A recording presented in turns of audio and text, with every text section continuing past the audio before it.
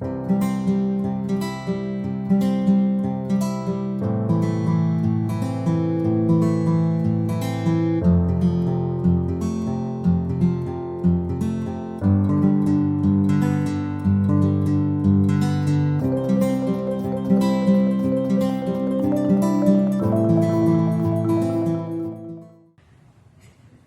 what excites you today?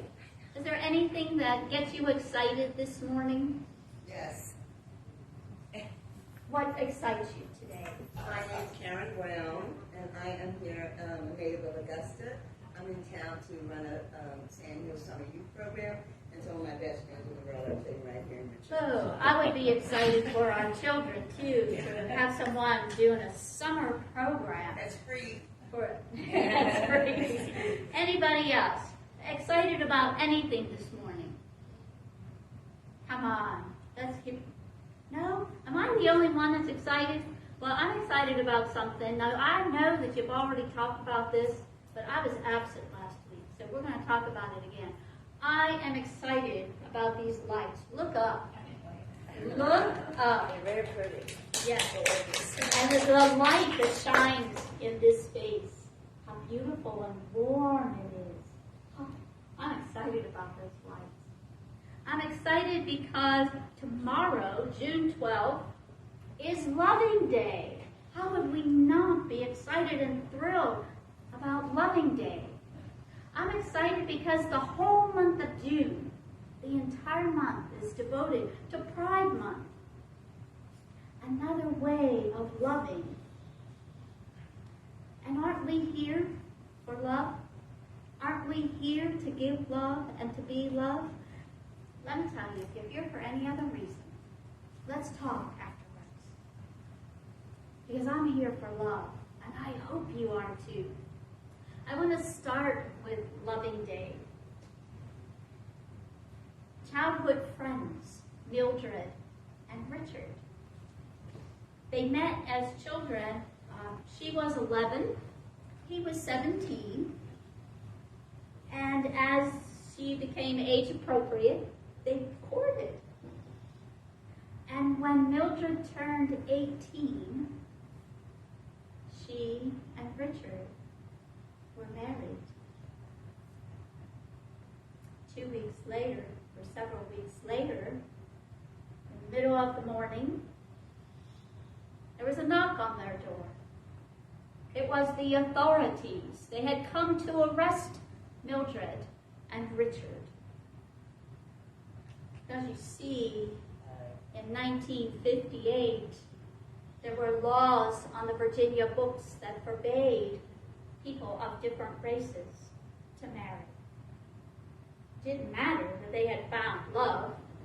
It didn't matter that they were totally committed to making life together. They were arrested.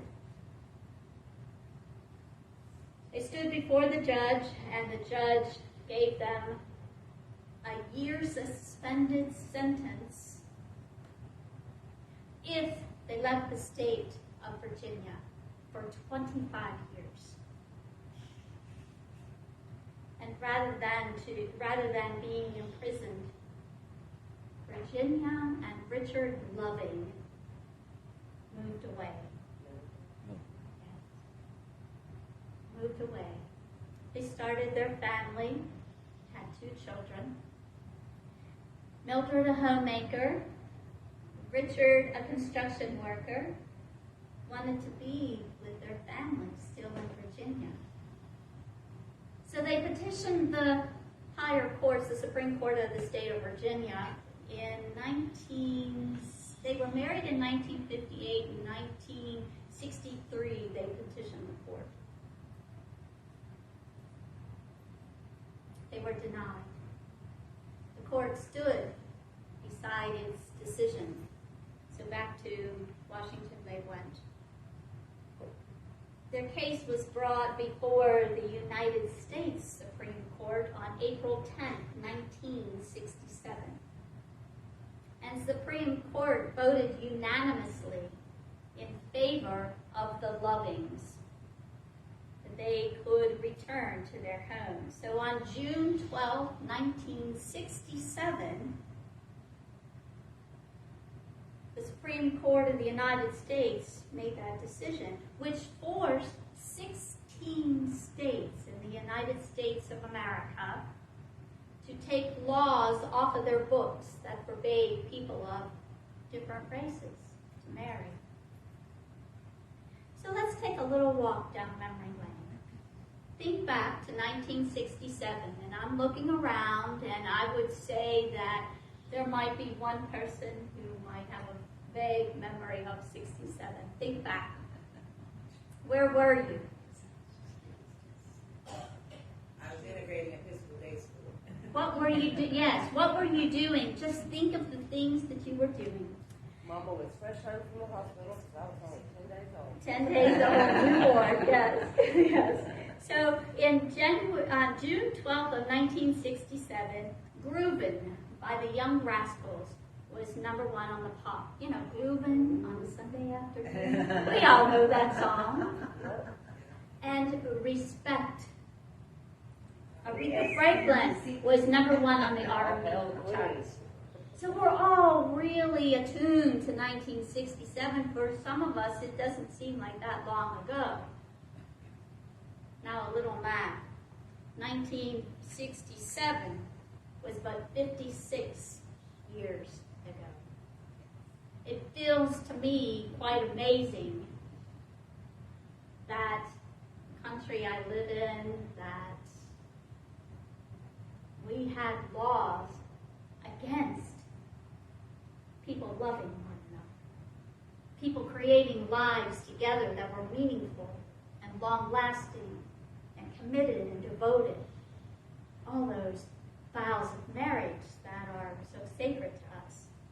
Chief Justice Earl Warren wrote, under the Constitution, the freedom to marry or not marry a person of another race resides with the individual and cannot be infringed by the state. Virginia and Richard moved back to their home, their family in Virginia, the state of Virginia, and to raise their children. Unfortunately, a few years later, 1975, they were involved in a motor vehicle accident, a drunken driver, nonetheless. Virginia lost her eyesight in one eye. Richard lost his life. But she continued until 2008 when she passed. They raised their children. They had 2 children together and one that Virginia had prior. Donald, who passed in 2000, and Katie, who is still living. She was born in 1960. So I take that in, and I just imagine, because I will never be able to know what that meant to 2 people's lives, but I try to imagine not being able to share the love that you have for another person, because it's against a law. It would be another 58 years till the LGBTQ community enjoyed the right to marry. On June 26th of 2015, the closing statement of Supreme Court Justice Joseph Kennedy said, the United States Supreme Court on June 26, 2015, confirms that the United States Constitution grants same-sex couples the right to marry with these words. No union is more profound than marriage, for it embodies the highest ideals of love, fidelity, devotion, sacrifice, and family. In forming a marital union, 2 people become something greater than they once were. As some of the petitioners in these cases demonstrate, marriage embodies a love that may endure even past death. It would misunderstand these men and women to say they disrespect the idea of marriage. Their plea is that they do respect it so deeply that they seek to find its fulfillment for themselves. Their hope is not to be condemned to live in loneliness, excluded from one of civilization's oldest institutions. They ask for equal dignity in the eyes of the law. The Constitution grants them that right. I remember that day. I remember that day for all of my friends and family who are part of the LGBTQ community. I remember feeling joy for them to be able to enjoy the sanctity of marriage and all the rights and privileges that comes with that. Now, in the United States of America, every person has the right to marry whom they choose, whom they love. And after all, isn't love what we're here for? The observance of Pride Month officially began as a holiday in 1999. But long before that, all the way back to the 1970s, there were pride parades in New York, in LA, and in Chicago. It's been a thing for many years. It's been a thing for people to stand and walk and gather for the same rights that others have enjoyed freely. For me, and I can only speak for me, it amazes me and shocks my mind that we still debate who can express their love among others, who can live with the rights. Some of us have, without question. Sometimes even with expectation. Have we not been asked, so when are you going to get married? When are you going to start your family? Yes. And yet, there have been a significant number of people who have not enjoyed that privilege. So as I think back to the 1970s, when the Pride movement began with their parades, there was so much that made the headlines. Yet I lived a very quiet life in a small town. I was a very shy teenager. I thought about the Vietnam War. I had cousins who served in the military. I had one who was wounded in the military. My minister's son served a tour of duty and couldn't return to the battlefield. He moved to Canada. I thought a lot about the Vietnam War. Yet in my small town, I knew not a single person who was part of the LGBTQ community. I'm certain that back then, in my small town, it wasn't particularly safe for someone to come out, so to speak, to show their orientation or to show their true gender expression. It wasn't a safe thing. So here we are today as an affirming spiritual community, affirming and inclusive as a community, celebrating Pride. Some gathered on June 24th and walked as a testament of our support of honoring the divinity in all beings. Our second principle. I've come to think that pride is all of us. We're all part of that pride. So I have this acronym that I'm hoping that we get to use for this month as an affirmation. And pride, to me, means the presence is rising and inspiring the divine in everyone. Presence is rising and inspiring the divine in everyone. Can you speak those words with deep feeling together? Presence is rising and inspiring the divine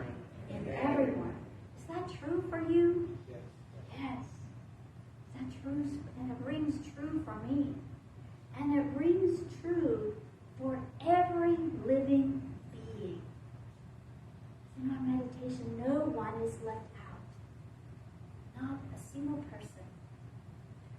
Speak it together one more time. Presence rising, inspiring, divine in everyone. So as I grew up, I learned more about the LGBTQ community. When I moved to the city and met a broader spectrum of people who didn't look like me, people who didn't speak like me, people who did not practice the same faith as me, people who lived their true identity, their true way of being. And I learned, you know what? They weren't any different than me. They wanted all the same things in life that I wanted. They wanted friendships that were true and authentic and real. They wanted work that was meaningful and uplifting, joyful to go to each day. They wanted a social life that was engaging and fun and lighthearted. They wanted to find love. They wanted to make families. That was all the same things that I wanted in my life. All those things that I call part of being abundant. Living life in its richness and fullness. That's what my LGBTQ friends wanted too. All the same things. No one wanted to live in fear. No one wanted to be afraid of being released from a job if anyone found out.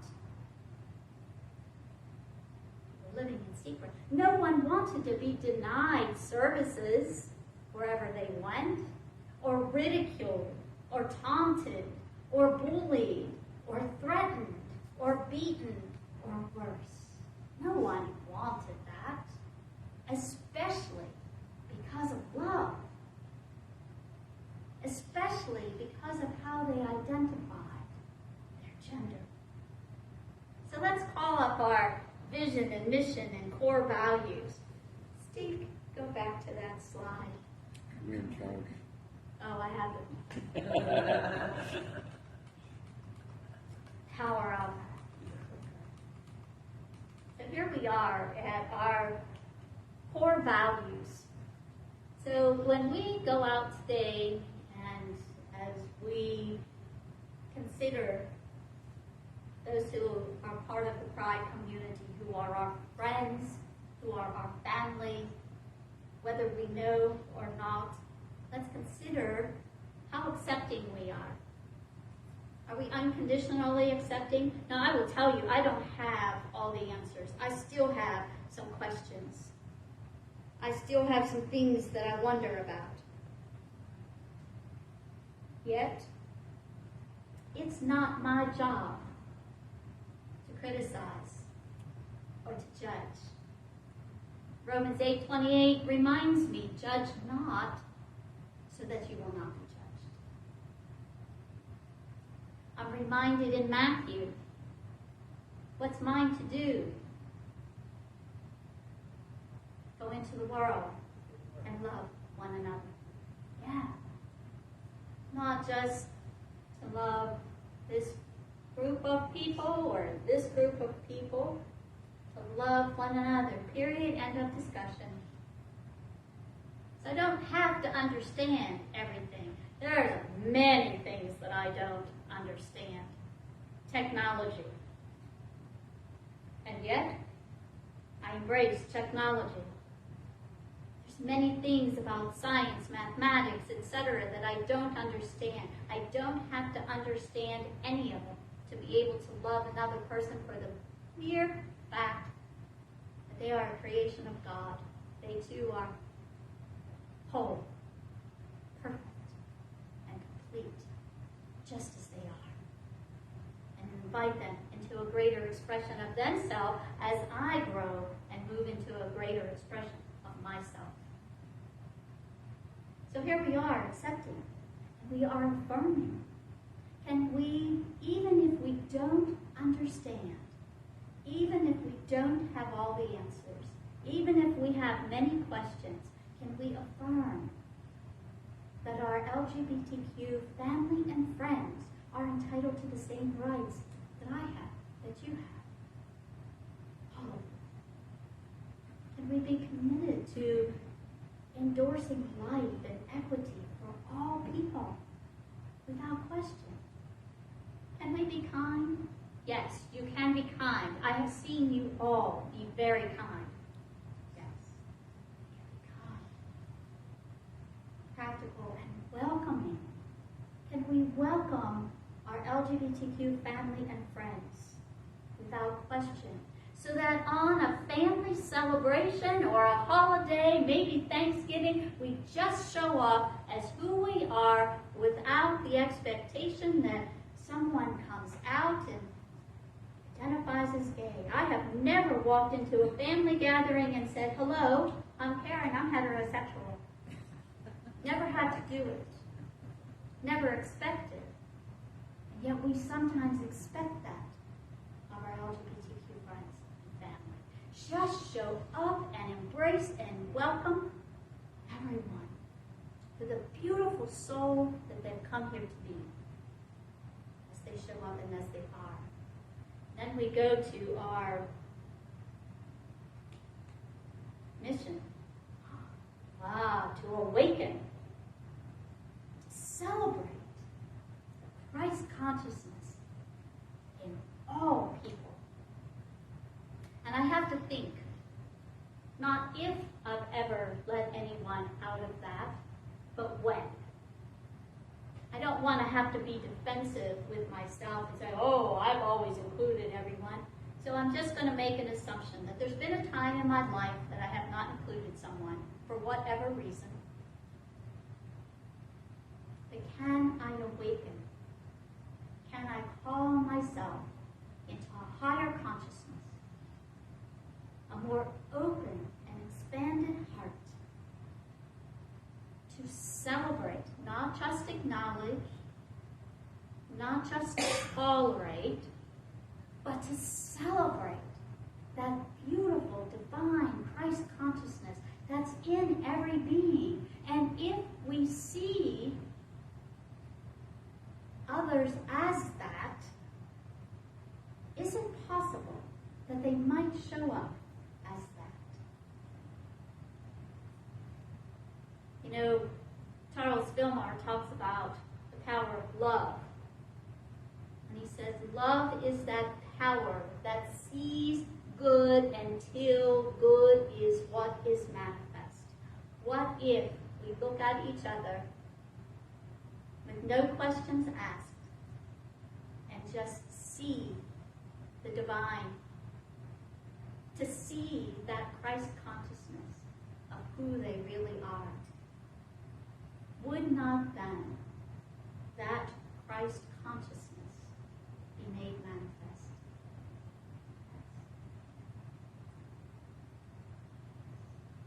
When I see the good, I look for more good. And it's more good that I see. And then I look for more good. And I see more good. Conversely, the other side is true also. Our eyes and our mind looks at evidence to prove ourselves right. That's the beauty of our ego. And if we're looking for that Christ divine consciousness, that's what we're calling up. That's what we're calling out. Not just for ourselves, but for others as well. That's a beautiful mission statement. You had that long before I ever arrived. But boy, if we live into that, always, without exception, we're doing great. And our vision statement is centered in love. There we are. We're here for love. We are spirit-filled. That divine presence is moving and shaking through us and as us. We're touching lives. And we're not shining darkness on the world. See, these beautiful new lights are illuminating our space. We are illuminating our world, not from our humanness, but our Christ divine light. So we have to be awake. We have to be aware. We have to see ourselves honestly and truly. We're not going to be perfect every day. That's okay. We're going to have plenty of opportunities to do over. Another opportunity to be grace, to be kindness, to be compassion. And of course, we have our unity principle, our second principle. Our essence is of God. We are made in the image and likeness of God. We are declared good. No, we weren't. We are declared very good at time of creation. This essence that we saw in Jesus Christ is in us and in all beings. So we get to call that up. So consider walking on June 24th and supporting Pride Month. And today, let's celebrate with those who now enjoy all the rights and privileges of humanness, regardless of their gender identity, regardless of whom they love. Celebrate the joys of love. And tomorrow, let's celebrate the joys of love again and the blessings of marriage that so many have enjoyed, regardless of the beautiful color of their skin that they wear. Let's celebrate that. Let's celebrate all that love can be. And remember, Corinthians 16:14, let all you do be done with love. Namaste.